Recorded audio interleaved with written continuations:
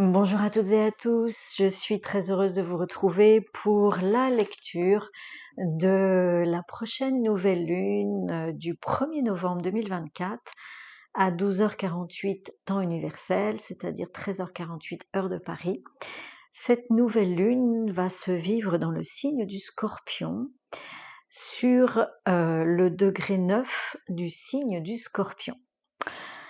Alors le signe du Scorpion est un signe d'eau, un signe fixe, qui a besoin de descendre dans ses profondeurs, le signe du Scorpion.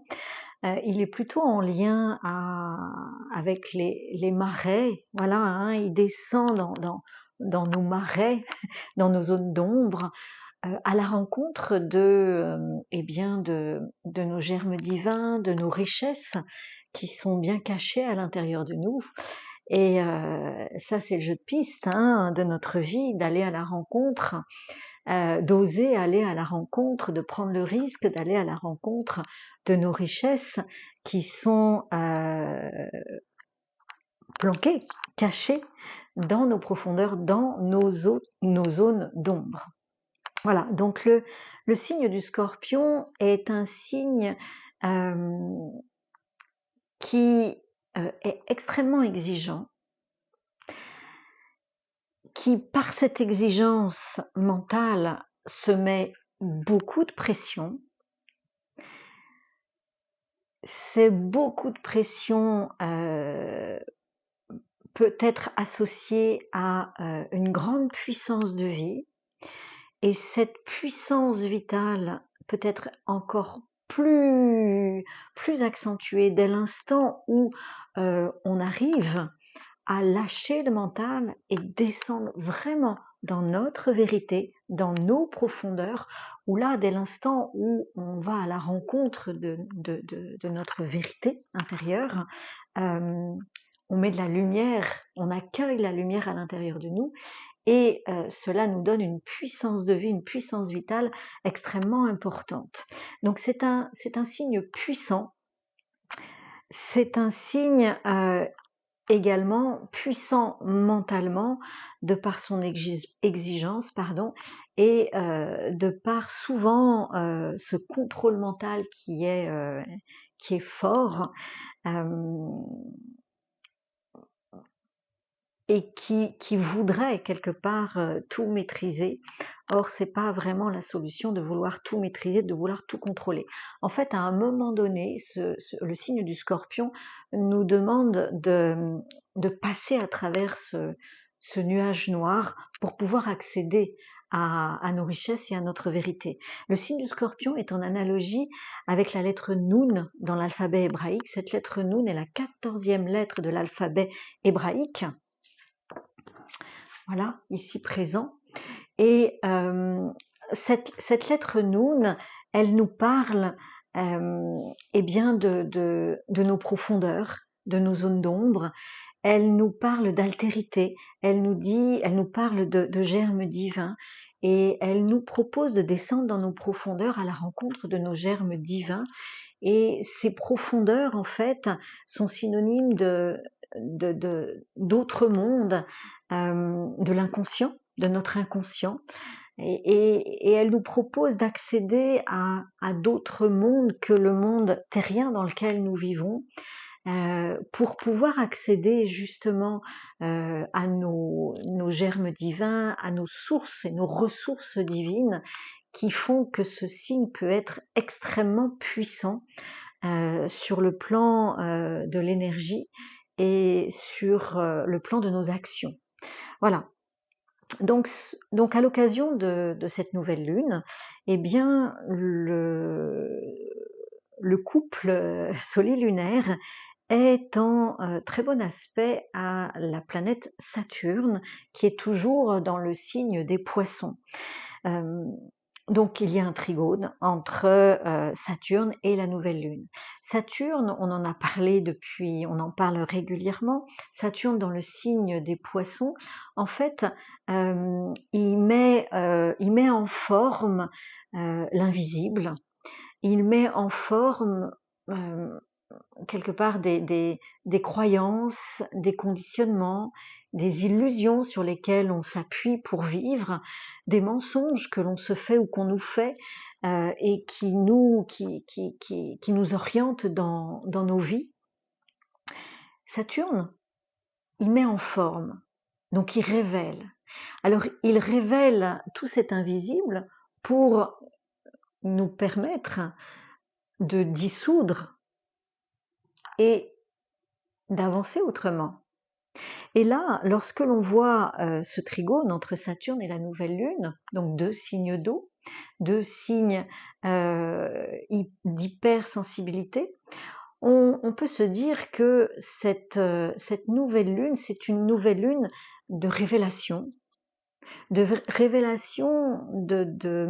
d'événements profondément enchâssés à l'intérieur de nous, qui peuvent être source de puissance de vie et de transformation. Pourquoi?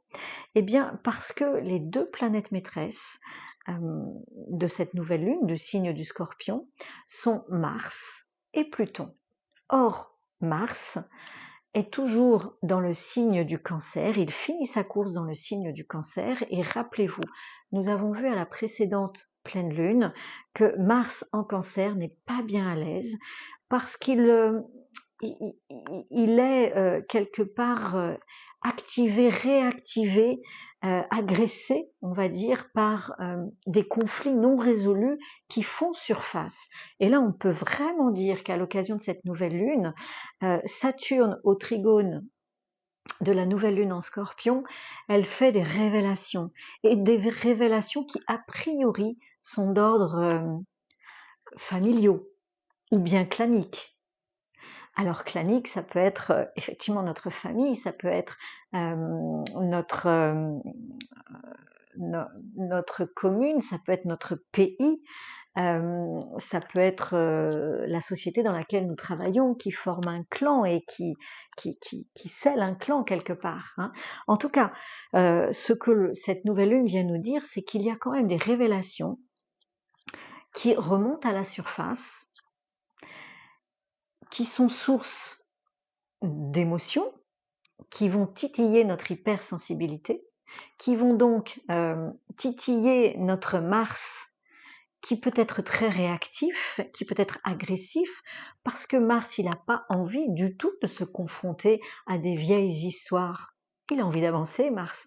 Donc se confronter à des vieilles histoires avec plein d'émotions, c'est pas du tout son truc. Donc il peut être hyper agressif. On l'a vu à la dernière pleine lune, en fait, l'agressivité ou pas de Mars est vraiment en lien avec notre Vénus, notre façon de nous mettre en relation avec nous-mêmes, la façon de faire rayonner l'amour à l'intérieur de nous, qui peut apaiser en fait l'agressivité de Mars, hein, le guerrier Mars. Donc, où en est-on? Où en est notre Vénus? En tout cas, notre Vénus actuellement, elle a envie de s'évader, elle a envie de voyage, et elle a peut-être aussi envie de mettre du sens dans sa vie, hein, puisqu'elle est en Sagittaire. Donc, je ne sais pas si elle va beaucoup aider. En tout cas, j'espère que vous avez profité du soutien de Vénus à la précédente pleine lune qui était au trigone de Mars et qui normalement a nourri notre Mars, notre énergie avec de bonnes ondes, et qui va nous permettre, ce Mars en Cancer, d'accueillir, de faire avec la planète Pluton, qui est la 2e planète maîtresse du signe du Scorpion, donc de faire avec la planète Pluton qui est en fin Capricorne et qui est donc en opposition, parfaite opposition à la planète Mars, et Pluton qui est, que vous voyez ici, qui est en analogie avec la 21e lettre de l'alphabet hébraïque, la lettre Shin, qui est une lettre de transformation, qui broie menu pour transformer, pour nous régénérer. Eh bien, cette planète Pluton, elle est là, elle nous demande de prendre en compte les révélations qui sont faites si, puisque c'est un trigone, donc on les prend ou on les prend pas, on les accueille. Donc ces révélations qui sont faites par ce trigone Saturne, nouvelle lune, qui sont en lien avec des vieilles histoires familiales, claniques, donc une remontée de conflits non résolus qui nous demandent d'être pris en compte dans un but de transformation, de régénération, et ça c'est le rôle de Pluton qui est en face de Mars, qui lui dit « Oh petit, tu t'excites, tu t'es agressif, mais là c'est plus le moment d'être agressif. Aujourd'hui c'est le moment de la transformation. Il y a des choses révélées, il est important que tu les regardes en face, que tu te comportes comme un adulte responsable, que tu regardes ces révélations en face et que tu t'y confrontes, que tu mettes du sens, de la conscience. Ça, c'est vraiment ce que nous dit, ce que nous demande le signe du Scorpion, ramener à la conscience pour mettre du sens sur ces révélations. Donc mettre du sens sur ces révélations, les ramener à la conscience et se confronter à ces révélations pour pouvoir les régénérer, pour pouvoir les transformer, pour pouvoir les transmuter grâce à Pluton. Il est là pour ça. On n'oublie pas non plus que à l'occasion de cette nouvelle lune, eh bien, on a toujours notre planète Uranus dans le signe du Taureau, et à l'occasion de cette nouvelle lune, Uranus est parfaitement opposé à la planète Mercure, qui est en fin de parcours dans le signe du Scorpion.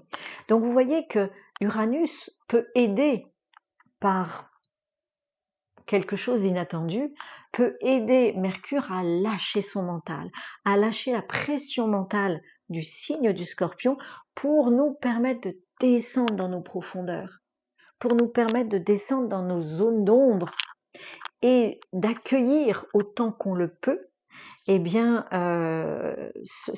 ces germes inconscients, inaccomplis, à la conscience pour pouvoir accomplir eh bien, ces germes divins et nous aider à être notre propre création, à nous transformer en harmonie avec nous-mêmes, en harmonie avec notre âme.